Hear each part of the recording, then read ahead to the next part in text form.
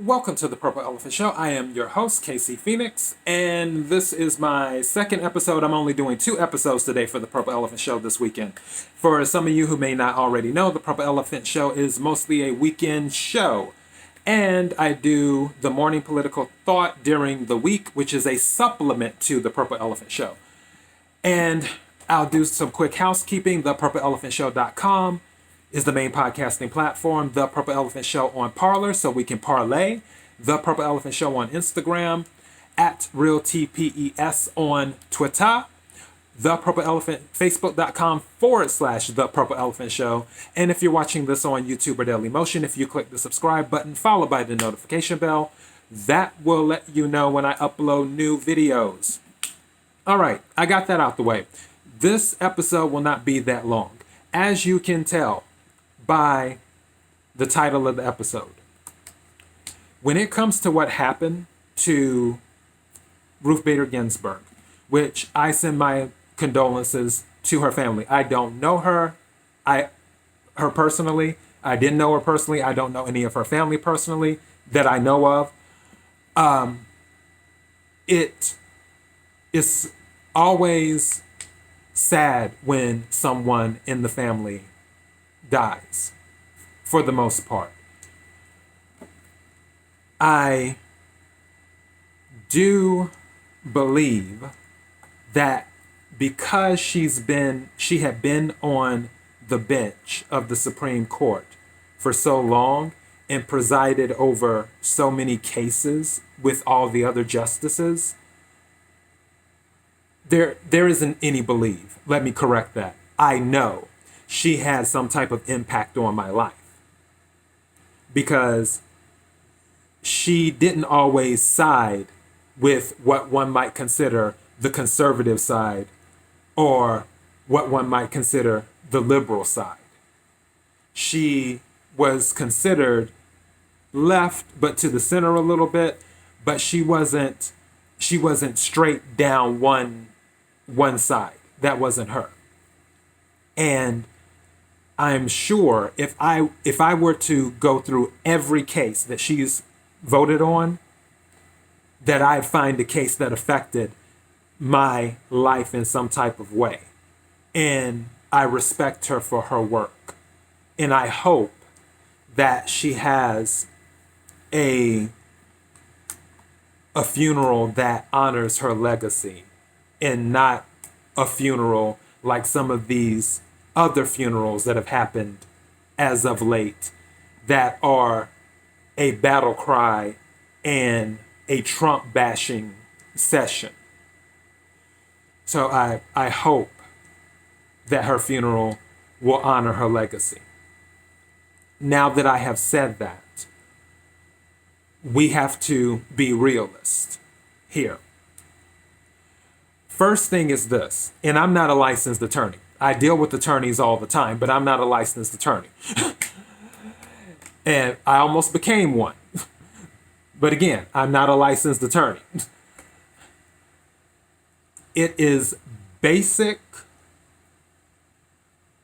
law.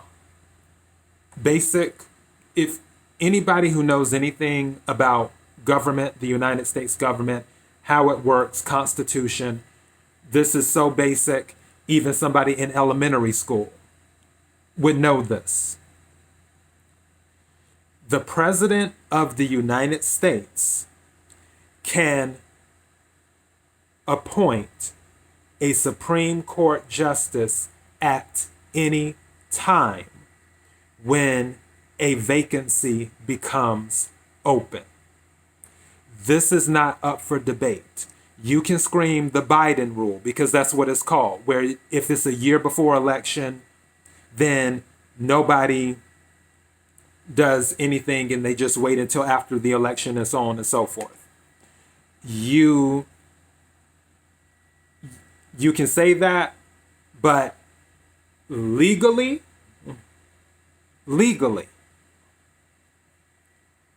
the President of the United States can appoint a Supreme Court justice, or should I say nominee, anytime a vacancy comes anytime there is a vacancy. That is a fact. If President Trump wanted to, when he was leaving his rally yesterday, he just heard that Ruth Bader Ginsburg had passed away. And you could tell he was shocked. He was taken back for a second. Because he's like, wow. If he would have said, and then, you know, he was very polite about the situation. He showed respect to the situation. He said a few words, and then he left and got on Air Force One. If it went a different way, where he heard it and he was like, wow, my heart goes out to her family. And also I'd like to nominate such and such. He could have done it right then and there if he wanted to, because legally he has the right to. He didn't. And if he did, everybody would have been like, oh, wow, that's in poor taste. But legally, he has the right to. He doesn't have to wait. Now, the question is, if someone is nominated, can the Senate get them through? Can the Senate get his nominee through? Because that's what it is. He can only make the nomination by law. The president only legally has the right to make the nomination. That is it. As soon as a vacancy happens on the Supreme Court by law, he can only make the nomination. And like I said before, if a vacancy comes available at 5 p.m., he can make the nomination at 1 minute after 5 p.m. if he wants to. Legally. He can say, this is such and such, we have a vacancy. It's 5 p.m. All right. 1 minute after 5. Here's my nomination. Legally, he can do that. That's when it goes to the Senate. And they have to do their duty. There's this thing, that's why we call it checks and balances. He can't just say, oh, well, I'm just going to put this person on the court. Doesn't work like that legally. He can only do the nomination. That's all he can do. So once that's done, it goes to the Senate.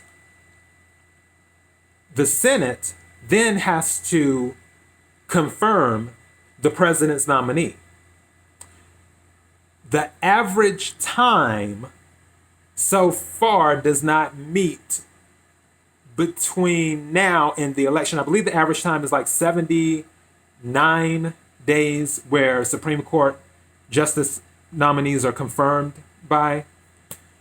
I think it's like 79, 72, 70 something.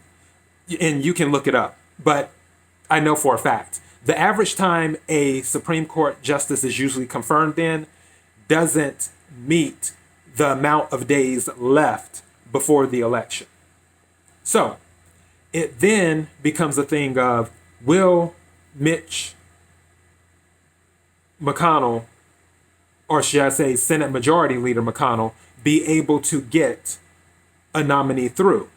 There are some people who are saying no, and by some people, I mean Republican senators, who are saying no, let's just wait till after the election to vote on it and do this and do that. To those people, on whether you should vote to fill this vacancy or not, I say WWDD. What would Democrats do? If Democrats had a Democrat president, a Democrat Senate, and God forbid,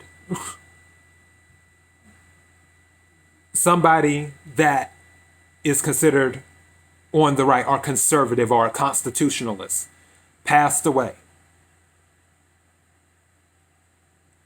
WWDD. What would Democrats do? Just let that marinate. WWDD. What would Democrats do? I believe we all know the answer to that. And on President Trump's end, call me vindictive, call me tactless, call me shady, call me anything you want to call me. I've been called worse. On President Trump's end, if I was in his position, my heart would go out to Ruth Bader Ginsburg and her family, because obviously her legacy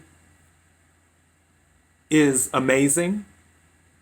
However, I would take into account this Russia hoax and all of the stuff the Democrats have done to the family of the president and anybody that has been in the president's orbit, the impeachment hoax over a call that all you had to do was read the damn transcript, excuse my language, to know that the impeachment was BS. If you read the transcript, I read the transcript, there was nothing there. He didn't even bring up Joe Biden. It was the Ukrainian president that brought it up. But people don't know that because they didn't read the transcript. Between all of the shenanigans that have happened over this almost 4 years of his presidency, the hell that they have dragged this man through the Russia hoax. And for people who follow the Russia hoax and know that it's a hoax and know all of the facts and didn't get sucked in by the lies that the media were constantly trying to spin out, and they know what the real deal is. Think of you if you were president as a person. You have been crucified constantly for something that you did not do. Lied about constantly for something that you did not do. Your family has been dragged through the mud constantly for something that you did not do. And the evidence is there. The evidence is there that all of it was a setup for those who follow the evidence, the real evidence that the media doesn't cover, with Fusion GPS and Peter Strzok and Joseph Mifsud and Alexander Downer and CrowdStrike and all of this other stuff.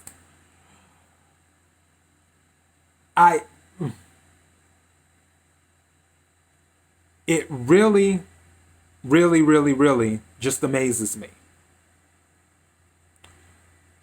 how that has happened. And now they're still screaming Russia, Russia, Russia, when China is clearly, with anybody with a brain, China is clearly the issue right now. You've been drugged through all of this, all the lies, all scandal after scandal after scandal after scandal.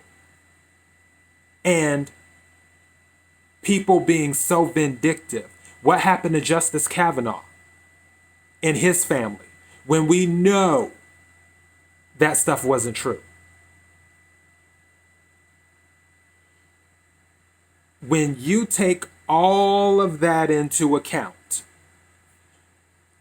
me, if I were in President Trump's shoes, I would have called up Nancy Pelosi and Chuck Schumer. And I would have said, you know what? If you guys would have just been a little bit more civil during this presidency, I wouldn't have even made a nomination. I wouldn't have even made a nomination. I say, let's wait till after the election. But you know, there wasn't any collusion with Russia, which, side note, collusion is not a crime. Legally, conspiracy is, but not collusion. There wasn't any collusion with Russia. You know that the impeachment thing was ridiculous. You have been completely vicious every step of the way, where all I've done is try to improve this country and work for free, because President Trump works for free. Every single quarter, he donates his check. He works for free. I would have said, because you have been so vicious, because you couldn't even just be a little bit civil during these 4 years, yeah, we're about to go ahead and get this nomination going. And we're going to try like hell to push it through. So buckle up and get ready. That's how I feel President Trump should have approached it and should approach it. And according to the tweet that he sent out, he's telling the Senate they have an obligation to do a vote. So more than likely, a nomination is about to come. It wouldn't surprise me if a nomination comes next week. So be on the lookout for that. But for those people who are on the fence, they're like, I don't know. It's just, it may be in bad taste and I'm not sure. Maybe we should just wait until the election. Well, ask yourself, WWDD, what would Democrats do? And there you have your answer. And that's all I have for today's episode. Thank you for supporting the Purple Elephant Show. I really, really appreciate it. More than you will ever know. ThePurpleElephantShow.com for the main podcasting platform.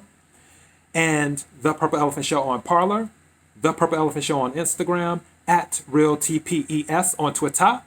Facebook.com/The Purple Elephant Show. If you are watching this on video, on YouTube or Dailymotion, don't forget to like, share, comment, and of course subscribe by hitting the subscribe button followed by the notification bell. That will let you know when I upload new episodes. Also, BitChute.